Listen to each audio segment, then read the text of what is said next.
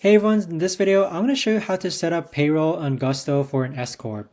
So this video is going to be particularly useful for individuals. Maybe you want to start filing as an S Corp or your LLC. Either way, this video is going to be short, sweet, and simple, guys. There's not going to be a lot of steps involved. And if you haven't signed up for Gusto just yet, you can use my link down below in order to sign up. And once you run your first payroll, you'll receive $100 via gift card. So here we are on the Gusto homepage. You would simply just click on create an account or sign in. And then once you do that, it's going to ask you for a series of prompts, just getting to know more about your business. What type of business do you run? When do you run payroll? How many employees are you going to pay? So they're very simple and easy to answer questions, but let's go ahead and hop onto our demo Gusto account and let me show you more. So here we are. When you first log into Gusto, the homepage is going to look like this here. You're still going to need to set up payroll, but what that looks like is if you click on pay and then click on run payroll, these are the prompts that you need to complete in order to run payroll for your business. So you've already filled out the company profile when you sign up for an account on Gusto.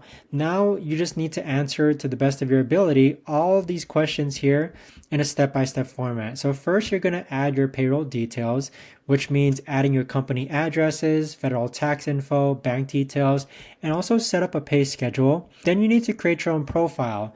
You'll usually start with yourself first as the first individual to be paid on payroll. So you're basically adding employment details here so that you can pay yourself on Gusto. Next, you'll share some state tax details. So with these state tax details, it's going to be state specific. So I just chose Massachusetts at randomly. So it's asking me about some Massachusetts state tax details. Lastly, you'll sign some documents, then verify your business bank account, and then Gusto is going to review your account. And then on the 21st, you'll run your first Gusto payroll.